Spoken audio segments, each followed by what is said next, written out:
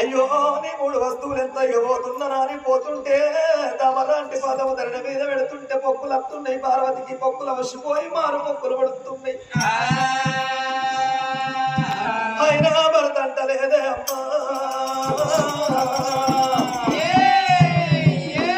దేవుడు సంగమయ్య కళ్ళ చూస్తా ఉన్నాడు. ఆ దేవదేవుడు